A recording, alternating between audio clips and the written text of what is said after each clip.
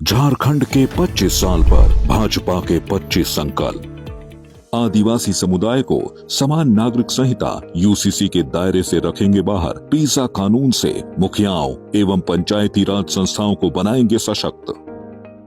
रोटी बेटी माटी की पुकार, झारखंड में भाजपा सरकार। दक्षिणी छुटा नागपुर के इलाके में इस बार बीजेपी बेहतर प्रदर्शन कर रही है और बीजेपी की संभावनाएं भी वहां काफ़ी हैं।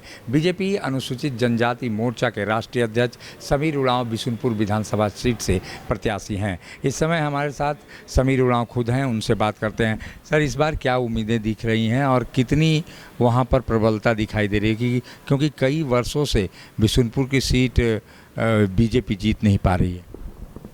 निश्चित रूप से 2024 झारखंड विधानसभा के चुनाव में पूरे झारखंड सहित गुमला जिला के बिशुनपुर विधानसभा में भी इस बार परिवर्तन का बयार चल रहा है।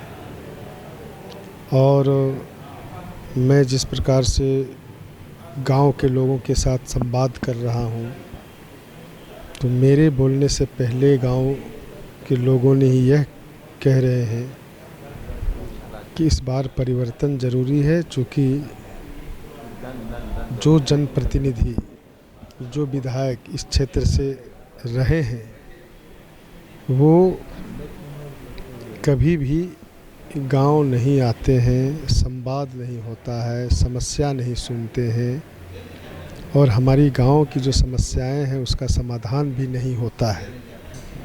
ऐसे समय में परिवर्तन ज़रूरी है और हम लोग बदलाव करना चाहते हैं।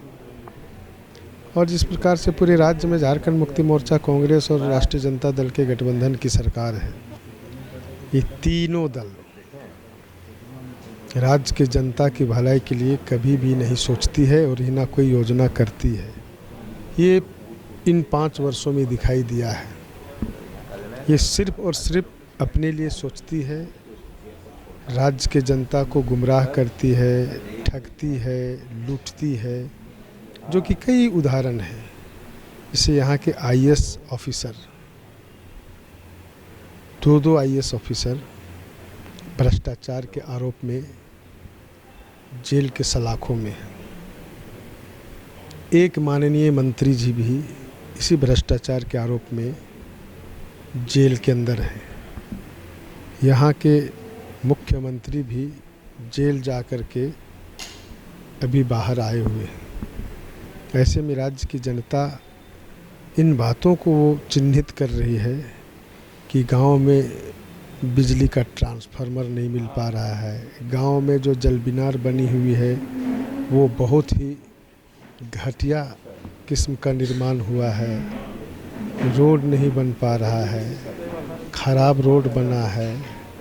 ऐसे सारे बातों को उन लोगों ने पूरा देखा है कि यही पैसा को ही लूट करके इन लोगों ने रखा है, जिसके कारण आलमगीर आलम के जो है नौकर के पास भी 35 करोड़ निकलता है। ऐसे में इस सरकार को उखाड़ के फेंकना है। भारतीय जनता पार्टी शासन में रहती है तो चाहे इंफ्रास्ट्रक्चर के डेवलपमेंट की बात हो या तो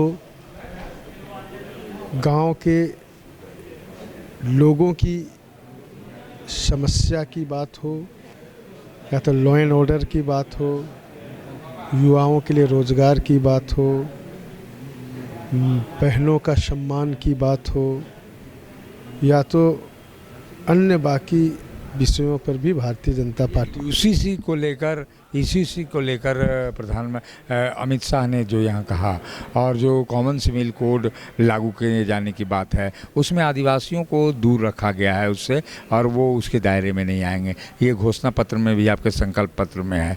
इससे आदिवासी समाज क्या सोच रहा है? निश्चित रूप से आदिवासी समाज भी अब अवेयर हो चुका है, जागरूक हो चुका है। हमारे देश के यशस्वी प्रधानमंत्री जी ने ही पहले ही कहा है कि यूसीसी यूनिफॉर्म सिविल कोड देश के अंदर लगेगा तो संविधान में जो है 5वीं अनुसूची, 6वीं अनुसूची, पेशा एक्ट जैसे प्रोविजंस हैं ये इस यूसीसी से बाहर रहेगा। इसमें आदिवासियों की जो अपनी जो संवैधानिक अधिकार है उसमें तनिक भी छेड़छाड़ नहीं होगा और उनके अपने जो संवैधानिक अधिकार को प्राप्त करते रहेंगे। उन्होंने उस समय भी बोला था, हमारे यशस्वी गृह मंत्री झारखंड इस चुनाव के समय में आए तब भी इन्होंने इन बातों को बताया है। इसलिए जनजाति के बीच में ये अब कोई भ्रम नहीं है। एक उदाहरण है, हमारे गांव में जो है घाघरा प्रखंड के गांव में पहानों को ले गया ऐतिहासिक स्थल दिखाने के लिए रोहतासगढ़। पहाड़ से गिर करके वो पहान कहाँ चला गया किसी ने खोजा नहीं।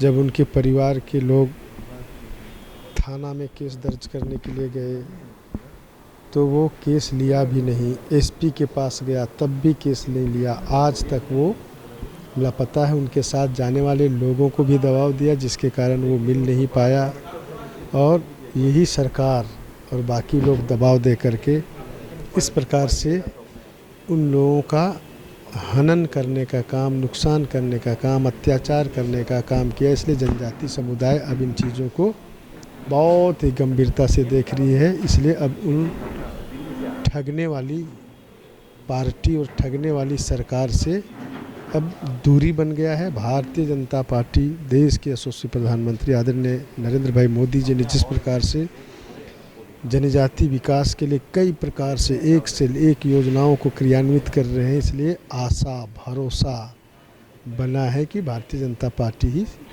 समाज को, देश की जनता को आगे बढ़ा सकती है।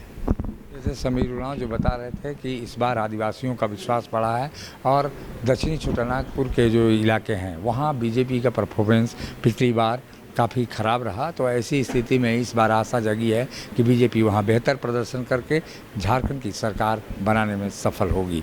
अब देखना है जनता का मिजाज क्या कहता है और चुनाव परिणाम किस ओर आते हैं। सहयोगी शिल्पी के साथ अशोक कुमार, मुखर संवाद, रांची।